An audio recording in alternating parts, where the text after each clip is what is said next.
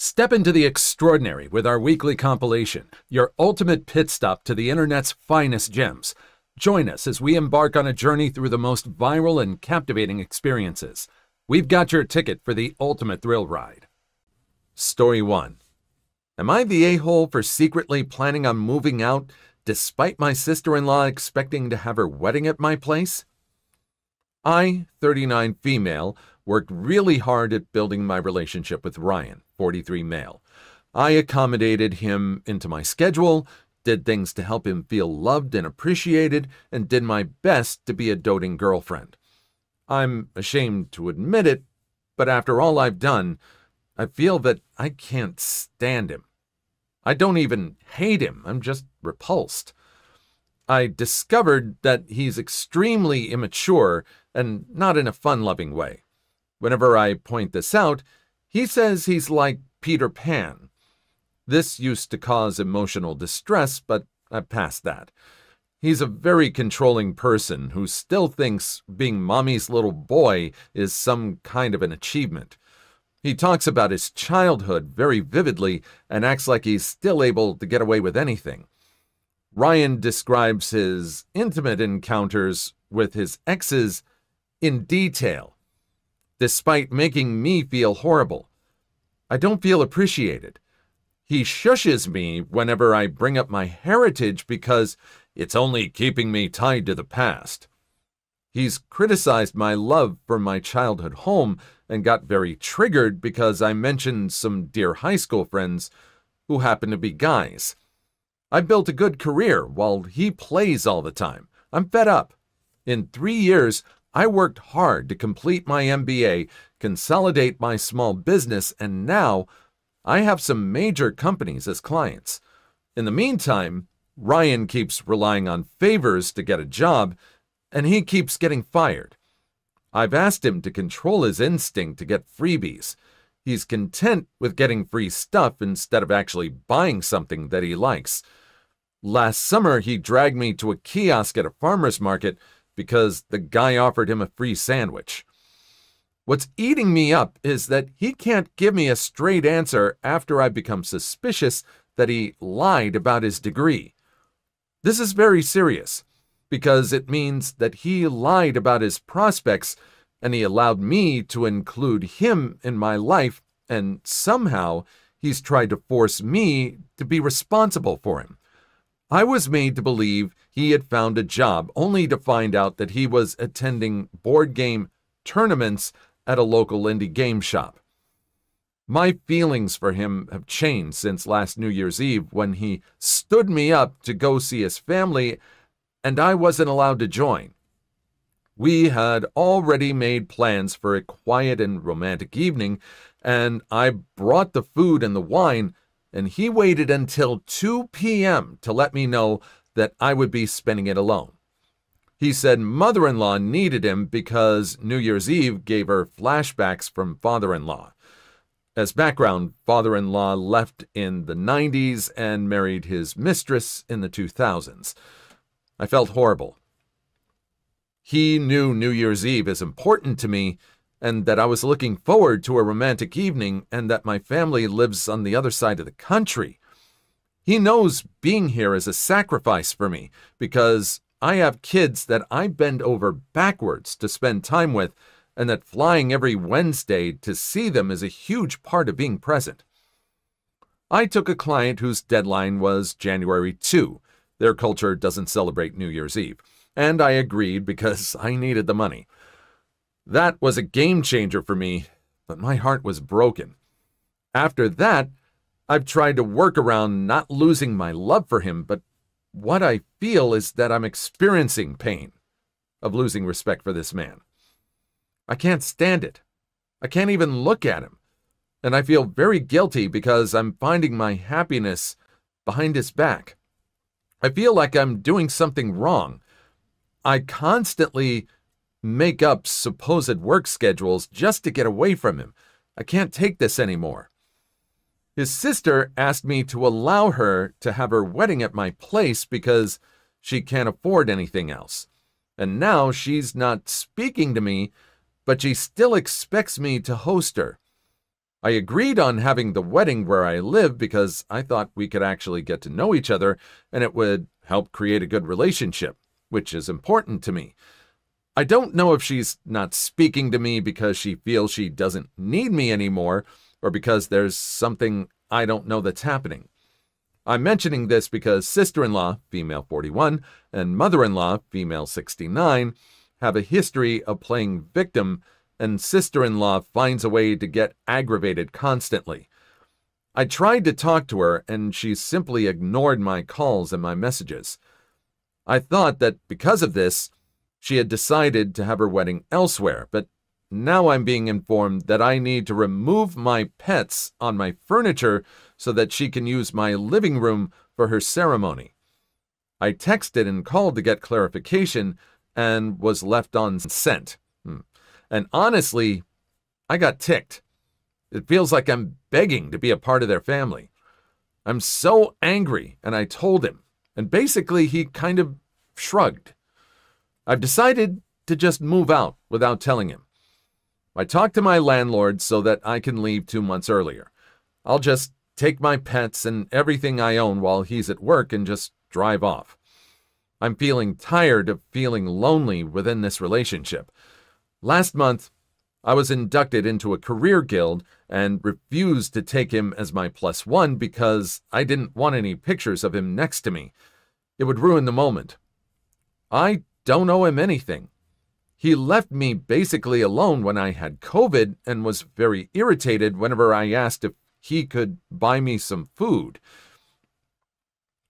And also, I owe him nothing of what I am, as he has never celebrated me while I bent over backwards to help his mom despite her attitude. I spent my birthday alone because he was busy. All he does is ask me how much money I'm going to get in the future. I know this is my fault because at some point I promised him that I would help him fund his dream restaurant, but that was back when things were great between us. I know it's wrong to go back on my word, but I can't help it. I don't want to be in his future, and I don't want to invest in his life. I'm still down for what I'm doing. I don't know if I'm being an a-hole for planning on leaving him without telling him. I just don't want his family to yell at me like they did to my other sister-in-law when she left my brother-in-law. Also, sister-in-law can be very volatile, and both she and mother-in-law claim they have assaulted people. But I don't know if they're just bragging. He's been asking what's going on because I can barely hide my contempt whenever he tries to initiate a conversation about helping him create a business. I'm fed up with having to listen to his insistent questions that are making me feel very uncomfortable. I told him I'm not an insistent person. I didn't harass him to come to my place when he stood me up on New Year's Eve. I didn't insist he give me a present for my birthday because he's an adult. He says it's different since a business is a lifelong situation and a birthday gift loses value. I'm clear on the end of our relationship, but I'm kind of doubtful about ruining the wedding. It's 10 days away. Am I the a-hole? It's really interesting to see how you can be successful at business and you're just really, I don't want to use timid as the word, but just really introverted in dealing with other people. It sounds like you put up with so much, and I don't know if you've had arguments with him or told him straight out, but it just really sounds like you're just not happy. Even though you love this person, they're not doing a thing for you. They don't love you back. It's good that you're getting out, but everyone in that family seems to be very selfish and very uncaring of other people and their feelings. Not quite. I mean, maybe a letter or something just to say, I'm sorry I can't do this anymore, or just kind of explaining that, but not really. You just really need to focus on you and your career, and you need to put yourself first. And this person is not going to do that at all. Story 1. Am I the a-hole for not telling my ex I got pregnant? I, 28 female, was with my ex-husband for about 6 years. During this time, we were trying for a baby, but had no success. About 4 years into our marriage had a rough patch. My ex had stress at work and slept with his coworker to relieve it. He confessed to me rather quickly, and a week later they sat me down and told me they were expecting a child. I was an idiot back then, and so I felt like I should forgive him because I truly believed he loved me and I thought I had no one. It wasn't. My ex's family treated me like their own, but my ex's supposed daughter was the apple of their eye. As a result of that, my ex's coworker was a frequent presence in our lives. They felt like they had to include the mom of their grandchild for everything too, and she made her way into every family picture and memory. It didn't help that I suspected that the coworker had feelings for my ex and flirted with him when she could. People thought that she was my ex's wife constantly, and I finally had enough during the baby girl's first birthday party when I was told to take a picture of my ex, his mistress, his daughter, and his parents, and it didn't include me. It hit me that I was now treated as the other woman, and I realized that I deserved more than this hogwash. I filed for divorce a few months later and left. It was the hardest time of my life, but I ended up getting a promotion at work and met this sweet, wonderful guy. Fast forward to now. Me and my boyfriend are madly in love, and I gave birth to an adorable baby girl that I considered a miracle baby. I got pregnant with my boyfriend like 3 months after dating him, and I thought that it was strange that this could happen since my previous failed attempts with ex, and had thought that I was the infertile one. It crossed my mind then that maybe he was the infertile one, and he only believed the mistress was pregnant with his child because they were having an affair. I didn't say anything, though, because it was not my place anymore. However, my boyfriend was so happy about my daughter's birth and posted it on Facebook and tagged me in the post. I was still friends with my ex's sister-in-law on Facebook, and she saw the post. She called me up and said that she was hurt that I didn't let her know that I could actually get pregnant, and the lack of a child during my first marriage could be my ex's fault. He took a paternity test. The poor baby girl was never my ex's. The coworker apparently was dating this terrible guy during the time she slept with my ex and didn't know who the child's father was, so she just strung my ex along because she had feelings for him and thought he'd be the best father for her child. Now my ex blames me for not telling him that I was pregnant way before and him having to father this girl. He's doing pretty bad now, and I can't help but feel guilty like I should have told him. A friend of mine had this great response to situations like this. Not my circus, not my clowns. You washed your hands of this. They made you feel like dirt. They didn't include you in anything. You divorced. You met someone else. You got pregnant with them. Not their problem. Not their business anymore. Why was someone else tagging your daughter on Facebook? Or even an announcement? What business is it of theirs? None. None. Story 2. A coworker was eating people's lunches, so I poisoned them and got them fired. So I like to bring my own food into the office, and we have a fridge to put things into, and I have my food in tubs with my name on them. A coworker would sometimes not see people's names on food and think it was theirs, so would heat it up and eat it, and then apologize. They did this enough for it to be an annoyance, but not enough for our employers to really care. This has been happening with my food for once or twice a month. Last month, I had enough. And I like spicy food. But don't bring it into the office, as sometimes I'll let people try some of my food and my cooking. I ordered a bag of ghost chili peppers and put the full bag into a pot of chili that would last for several days. I took this into the office and had it for lunch every day. Midweek, my lunch went missing, and I was waiting for the person who was stealing my lunch to get a shock when they ate my lunch. What happened in reality was someone got sent home sick, and the next day they were off, and I was told they went to the doctor's for stomach pains. 2 weeks went by, and the coworker who was off refused to talk about it and said he was involved, so I knew they were going to try to get me fired. I went home and ordered another bag of ghost chilies and made another batch of my chili, this time with only one chili in a single tub. I put this in the freezer, and the following Monday I was told I had an HR meeting that day. I refused and said they needed to give me 24 hours to find someone to come into the meeting with me, and the next day I had my manager come into the meeting and bring in my, now heated, ghost chili-infused chili. The long and short of it was I was told I could be fired for trying to poison the person who was stealing my lunch, and I asked if they admitted to stealing people's lunch, which they did. I then said, I have a batch of the chili in question with me, and I like spicy food. My liking spicy food shouldn't stop me from having it at work since it doesn't smell when heated, like fish.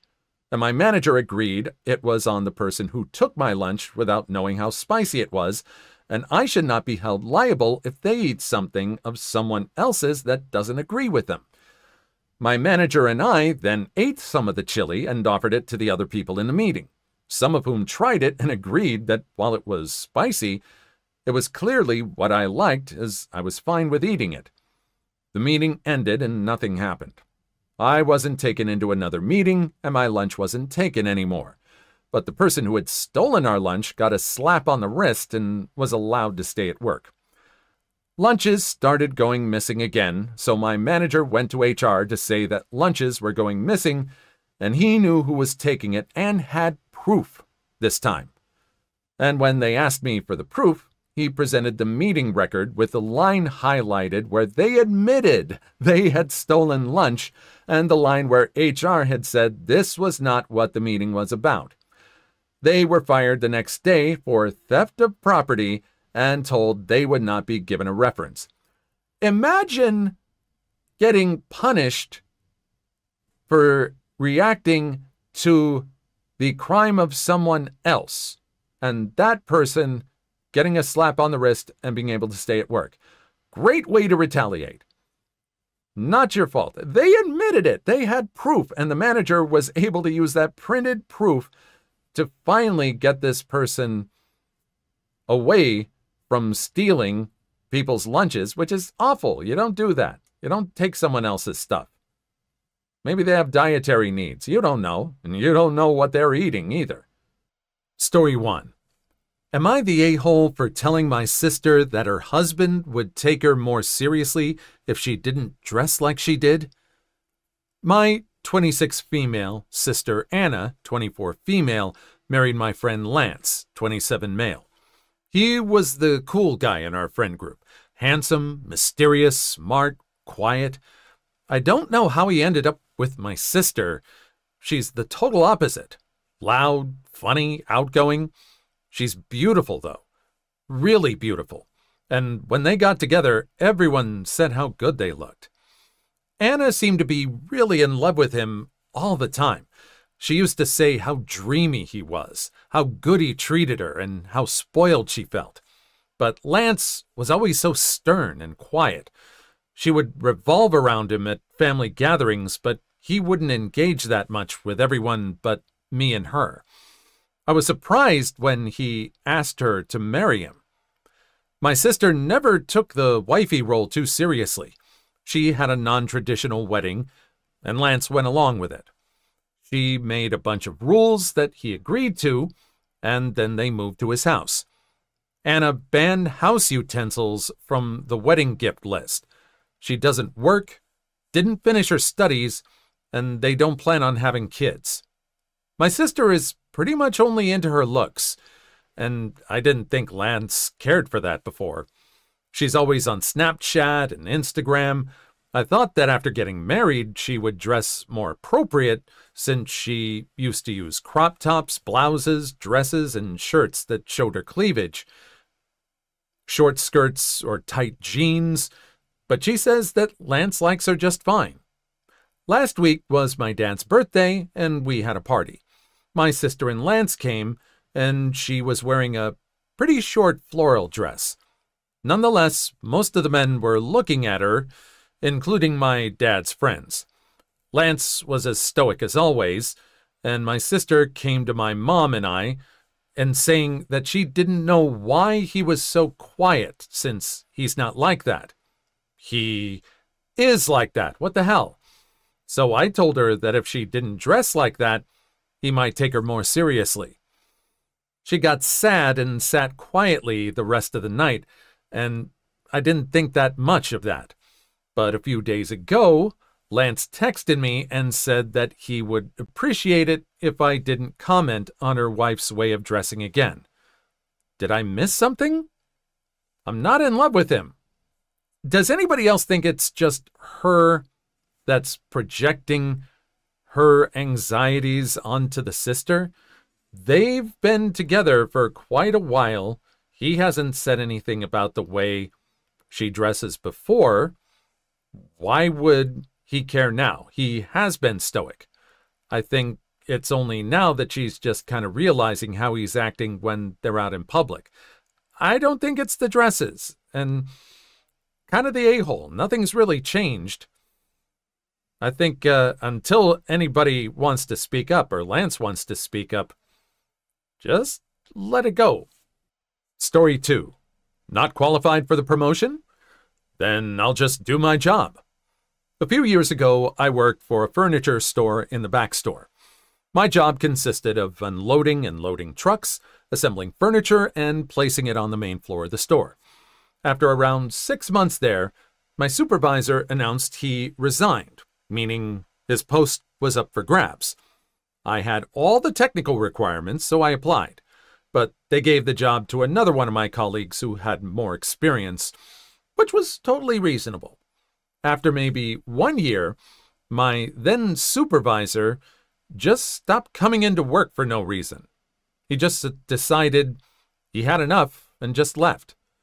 No 2-week notice or nothing. So when the director tried to get to him, I took over the role of supervisor.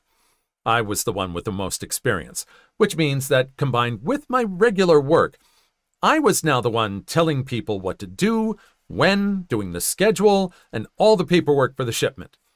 3 weeks later, my colleague was officially fired by my director. In those 3 weeks, I kept doing the job of supervisor, and doing it pretty well, so I thought that the promotion would come to me. But my director did nothing. I went to see him, explained what I had been doing, and asked if I got the promotion too, which he answered that I was not qualified, not smart enough to do the job. After some thinking, I just decided that if I was not smart enough to do the job, then I shouldn't do it.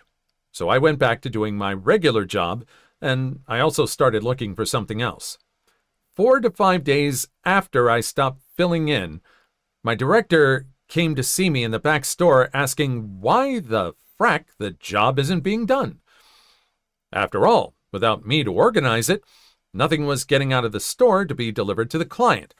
I just reminded him of our previous meeting, and he told me, "Yeah, I remember that. What I meant was you're not qualified to get the pay bonus for the job. You still have to do the job, you idiot." I have to admit, I still wonder how he thought that would work. Still a bit dumbfounded, I just told him that if I wasn't going to get paid for it, I certainly won't do the job, and that considering we're already short-staffed, with my old supervisor gone, he should be a bit more polite. Apparently, this was an unreasonable request, a total lack of respect to him and worthy of firing me. I still don't get how this would fix anything. But hey, he's the boss. I packed everything and left knowing that the back store, which needed 5 people to operate, was now down to 3, with the most experienced worker having a total of 4 months. It only took my boss 1 day to call me back and tell me maybe he went overboard and that perhaps we could arrange something for the promotion. To which I replied that I would not be coming back since I had a few interviews lined up. I hung up while he was still cursing at me. After a few months at my new job, I heard some surprising news. The store had closed down after 2 other backstore employees resigned. Gotta admit that it felt good to see my old boss finally get what he deserved. Have you ever had a boss like this that just felt more like a bully than anything? They need you just as much as you need the job. It's stories like this that have been repeating on this channel, and it just explains the same thing over and over again. Know your worth and know to stand up for yourself, basically. Please like and subscribe if you made it this far. I hope you'll enjoy the rest of the video and have a wonderful day. Story 1. Am I the a-hole for telling my wife that I won't be opening the door for her creepy friend? My, male 41, wife Becky, female 39, is planning on traveling abroad to visit her sister and her family in the next few days. She'll be gone for the next 2.5 weeks. Over the past year, my wife has become very good friends with our neighbor Emily, female 37, who lives a few houses down. Long story short, Emily makes me feel uncomfortable, and I think she's trying to make a move on me. At first, I thought she was joking, and I didn't think much of her behavior. But now it makes me feel uncomfortable. Earlier today, Becky told me that she chatted with Emily and mentioned how she'd be going overseas for a few weeks. She said that Emily offered to come by and drop off some food for us, myself and our 11-year-old daughter Alice, from time to time.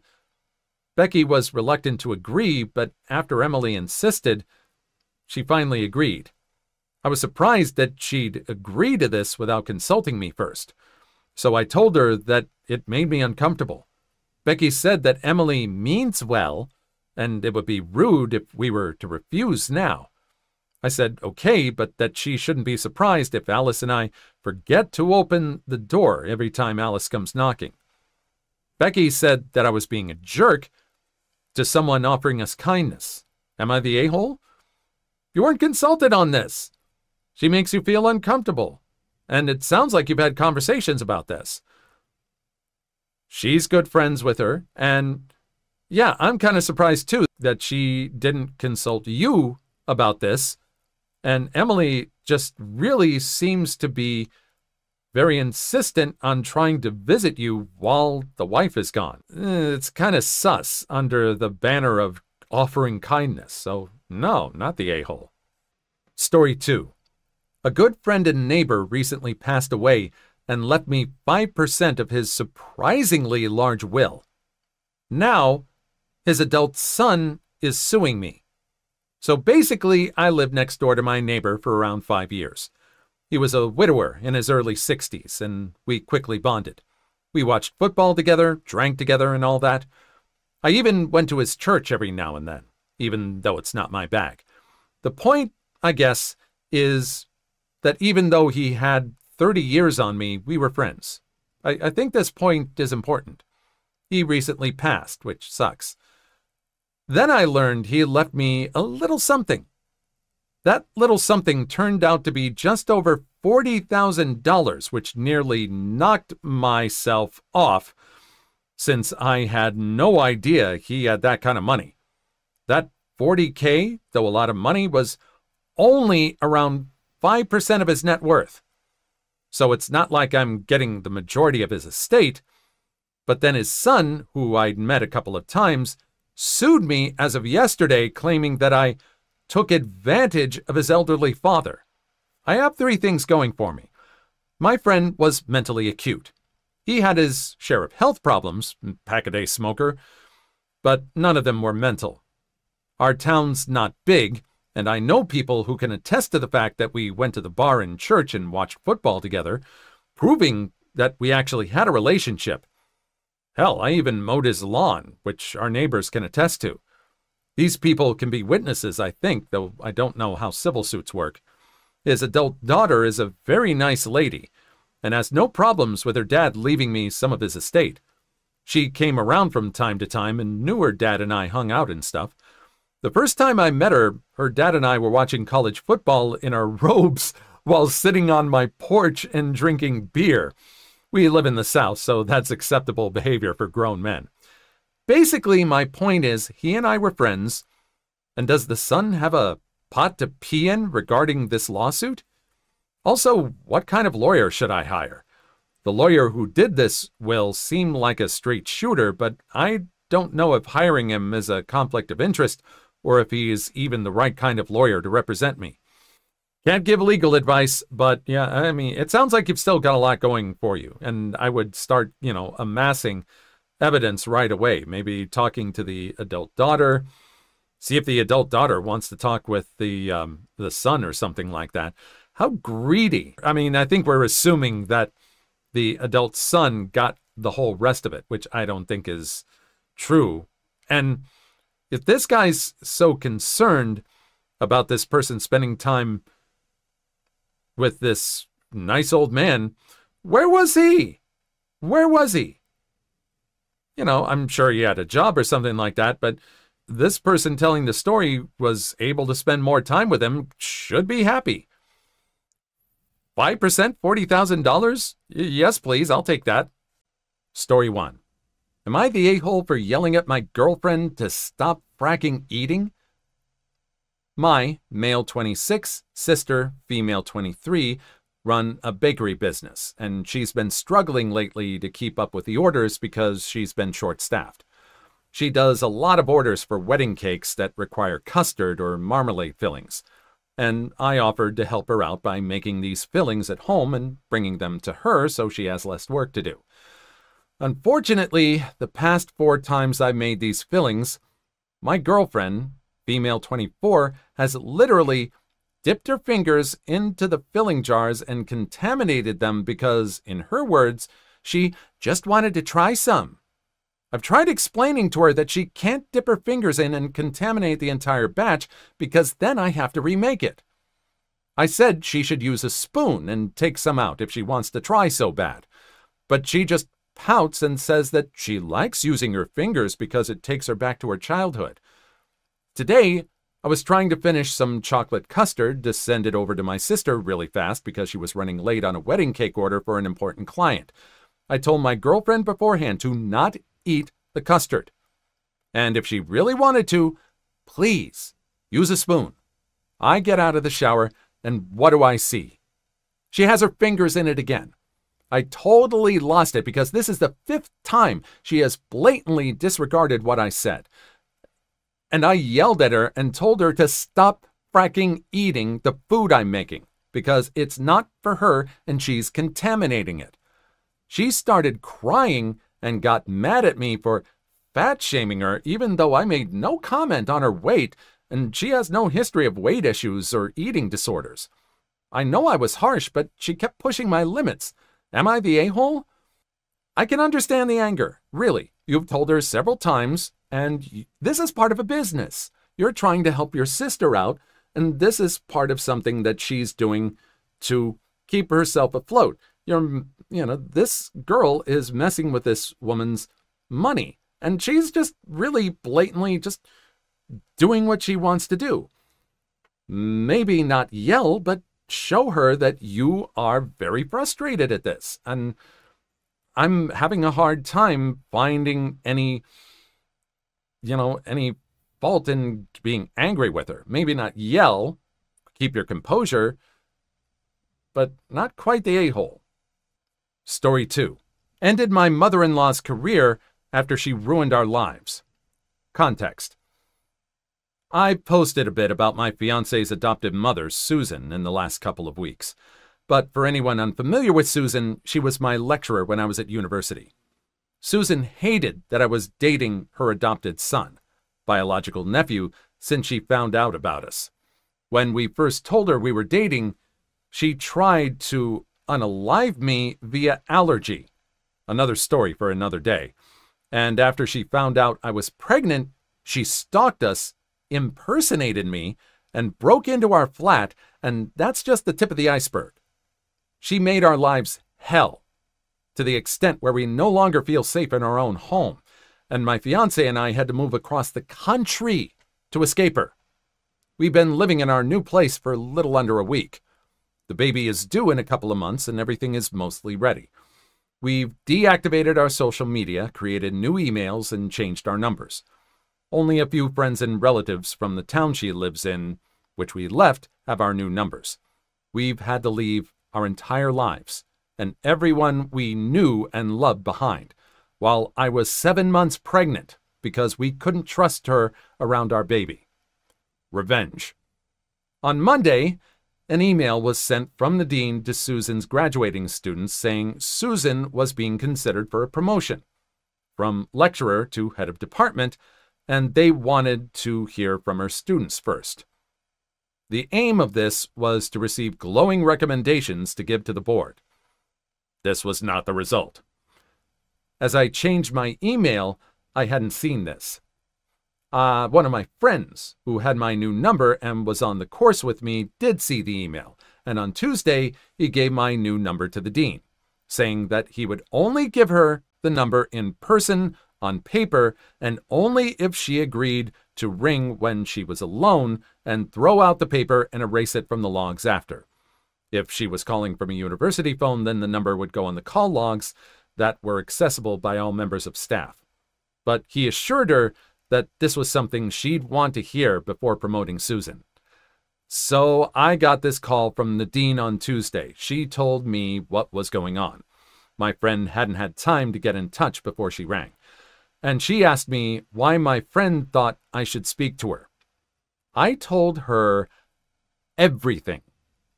I started 2 years ago when I met Susan's son, the man who would become my fiancé and the father of my child.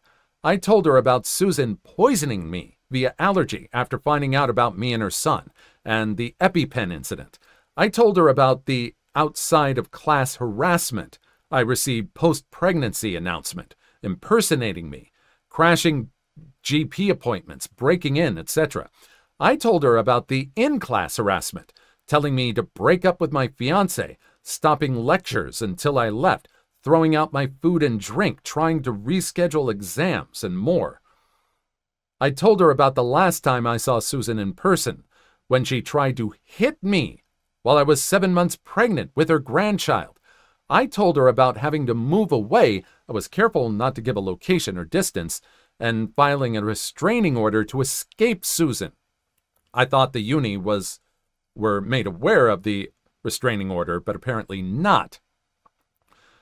Fiancé then arrived home from work, and when I told him what was happening, he was all too eager to chime in with stuff that I forgot. Copying keys, punching the landlord, canceling orders, going through our things. He also told the dean about the abuse he had got from her growing up. We also gave the dean the names of people willing to support our story, as well as some dates, times, and locations of on-campus incidents. I'd made a note of a few of them, so she could pull the CCTV from the campus security recordings. Fiancé also told her the story of one of his cousins, Susan's bio kid, who got close with a guy on Susan's course, but the guy was told to break up with her by Susan with a thinly veiled threat against his academic career. We also told the dean about Susan telling me to break up with my fiancé and vice versa so she could better maintain professionalism. The dean was horrified. She had me and my fiancé record a video where we said everything all over again from the top. We made sure the video had nothing to identify the location, and we were assured Susan would never see it. We also sent her all the proof we had alongside it. This was all forwarded to the board on Wednesday and Thursday. She asked my friend for the number again and just called me for the second time, telling me that the board unanimously agreed that this was grounds for Susan's dismissal. They said that while the outside of uni events weren't really their business, they go towards her character, and the fact that as department head, she would represent the department, whether she was on the clock or not. They said even without this, the events that happened inside of uni, stopping lectures, telling me to dump my fiancé, telling that other guy to leave her daughter alone, throwing out my stuff, seeking special treatment on grounds of nepotism, were all abuses of power and enough to justify Susan's dismissal. They asked me why I hadn't filed charges, and I said all I'd gain from filing charges is Susan staying away from me, and the restraining order and moving away has the same effect. Plus, as it's exam season, my tutor work is really taking off, and I don't have the time to go through a whole court case. And I'll even have less time once the baby arrives. The baby is due in about 8 weeks, and Susan has already caused me enough stress. Tomorrow, in the meeting where Susan is fully expecting to be told she got her promotion, the dean is now going to give her a week to hand in her resignation. If she refuses, she will be fired. If she does not hand in her resignation, she will be fired. She will not be getting a reference. The only reason she's being given the option to resign is that she has worked at this university for nearly a decade. But if she raises her voice in the meeting tomorrow, she will be fired. Security will be present for the meeting in case she tries anything. Meanwhile, the friends we left behind aren't hesitating to tell anyone who will listen all about what Susan did during the course of mine and my fiancé's relationship. There's not a single soul left in that town who trusts her or will take her side if she tries to fight back. Not even her husband, who told us that now all their kids are over 18, he will be initiating divorce proceedings. I don't even feel a little bit bad. I know there's a chance I went too far, but I didn't lie or embellish everything. Anything. I just gave the dean the facts as they are. Everything is 100% true, and while it was me who told the dean, I see this as Susan's actions having consequences. Susan has more than enough money to pay for herself for the foreseeable future. She owns her home. Her husband's name is not on the deed, and she bought it before they got married, so she will get the house in the divorce as it's not technically a shared asset or one acquired during their marriage. She'll have a roof over her head and money in her bank account. And if she wanted, she could get another job. Just probably not one as a lecturer. Again, all of this is just coming to a head. How far was this woman thinking she could get away with all this? She probably thought she was bulletproof at this point, and just awful behavior. And the husband, oh man, I feel for the husband who put up with all this behavior and is only now going through divorce proceedings. And I just shudder to think what he had to put up with. Please leave your story in the comments. I would love to make a video on them in the future. Also, don't forget to like and subscribe.